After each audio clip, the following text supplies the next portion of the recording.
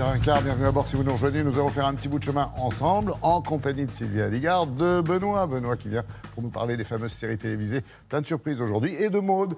Bonjour Maude. Bonjour Laurent. Voilà, vous êtes venu décrypter l'actualité. Alors on va dire que l'actualité aujourd'hui, c'est le monde qui a sur les routes de France, le chassé-croisé si vous préférez, enfin bref, les vacances grâce auxquelles on peut découvrir notre joli pays. Alors avant, ça se faisait avec une carte routière entre les mains, voire un énorme atlas sur les genoux du passager ou de la passagère. Quelques engueulades. C'est quoi cette départementale 941 On n'était pas censé passer par Congibaud. Hein. C'est au Pont Bleu qu'on devait tourner à gauche. Bon, bref, aujourd'hui, il y a effectivement le GPS qui a bien changé les choses, mais pas tant que ça, finalement. Pas tant que ça. Surtout, ce sont toujours les mêmes équipes qui font nos cartes. Les équipes de l'IGN, donc l'Institut de géographie nationale. Ça remonte un peu. Vous savez, la création de l'IGN, 1940. Ouais. C'est un certain Philippe Pétain qui a signé le décret de création de l'IGN. Juste après sa création... Les Allemands étaient pourtant déjà rentrés en France sans difficulté. Hein, il n'y avait pas besoin de cartes. Ouais, alors justement, pour pas que les Allemands récupèrent les cartes, eh bien, les ingénieurs de l'IGN se sont organisés et ils ont aidé la résistance. C'est-à-dire que ces ingénieurs ont été formés dans une école tout spécialement créée donc, pour créer des ingénieurs géographes. Ouais. Et clandestinement, eh bien, sous l'occupation, ils ont fait passer des coordonnées, ils ont fait passer des relevés, des cartes pour pouvoir justement aider la résistance à s'organiser. Et puis, à la fin de la guerre, en 1945, c'est vraiment là que l'IGN a pu, on va dire, reprendre son essor et publier un très grand nombre de cartes, plus de 3 millions de cartes imprimées cette année-là. Alors c'est marrant parce qu'on voit, c'est marqué là, juste sur votre écran, Institut national de l'information géographique et forestière, c'est très important. On a un œil quand même sur ce qui se passe en France au niveau écologique et verdure. On va dire, avant, on disait IGN, Institut géographique national, oui, tout simplement. C'est le nouveau nom.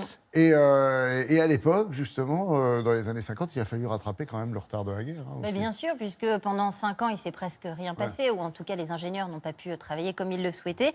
Et donc, au sortir de la guerre, il a fallu mettre un petit peu le booster pour rattraper. Du boulot, parce qu'il y avait aussi toutes les terres lointaines, colonies ou pas. Exactement, il a fallu faire tous ces relevés. Pour cela, l'IGN a investi dans des avions américains qui s'appellent les B-17 et on fait donc les premiers survols pour faire les relevés topographiques et ce sont ces images aériennes qui vont ensuite servir de base pour les cartes. On a compris pourquoi, parce qu'il y a la place du navigateur qui était devant, qui était très pratique effectivement pour photographier le pays. Exactement, avec ces caméras embarquées, vous voyez en dessous ces appareils photo ou ces caméras qui permettent de faire les relevés. Et puis, l'IGN va aussi faire un travail absolument formidable de relever dans les Alpes, notamment sur le massif du Mont Blanc. C'est considéré comme vraiment un chef-d'œuvre de la cartographie française parce que des images absolument magnifiques ont été faites et des cartes extrêmement précises. Oui, un vrai boulot en faveur du patrimoine naturel, comme le Mont Blanc. Tiens, voilà le fameux le B-17. Il y en avait quelques-uns après le débarquement qui ne servaient plus à grand-chose. Donc, effectivement, ça n'a pas dû leur coûter très cher. Bref, mais il y a aussi le patrimoine culturel. Hein.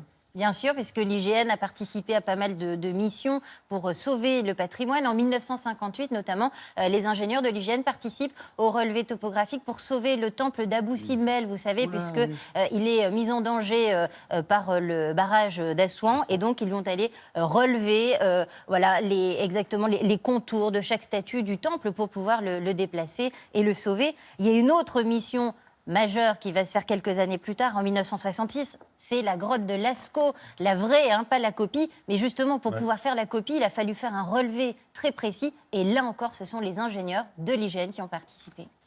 L'IGN qui signe aussi, je m'en souviens, je ne sais pas si ça s'utilise encore, mais les cartes pour les randonnées, quoi. Ah, vous étiez né déjà? Oh là, ouais, et puis même pour aller à la pêche à la truite, on se sert des cartes IGN aussi. Exactement, 1968, c'est la toute première carte de randonnée faite par l'IGN, c'est une cartographie de la forêt de Fontainebleau. C'est marrant. Ouais, 1968. Oui, donc voilà, Laurent était né à l'époque, et ça va être surtout dans les années... Non, c'est pas moi sur l'image, arrêtez. Il avait déjà fait l'armée. Ouais.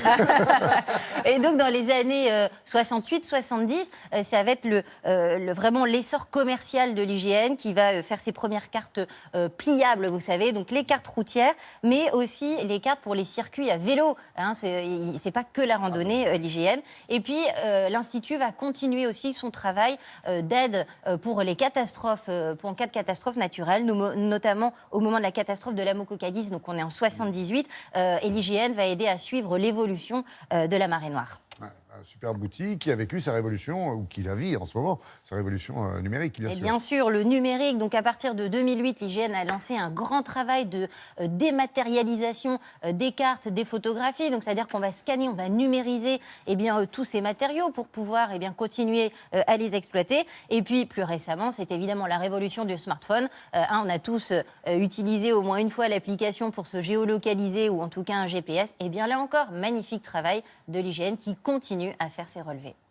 Excellent. Merci pour cette belle évocation du savoir-faire, en tous les cas, aussi français. Et moi, j'aime bien les cartes. J'ai toujours adoré les cartes, je ne sais pas vous. Et puis surtout qu'ils ont travaillé pour des tas de pays étrangers, effectivement. J'aime bien, mais je ne sais pas les lire. Oui, ça, c'est le problème. Voilà, si vous commencez, si vous en va, on va déjà remettre la carte avant moi. Ouais, c'est ça, l'histoire de la boussole. On en reparlera, ne vous inquiétez pas, on a le temps. Oui,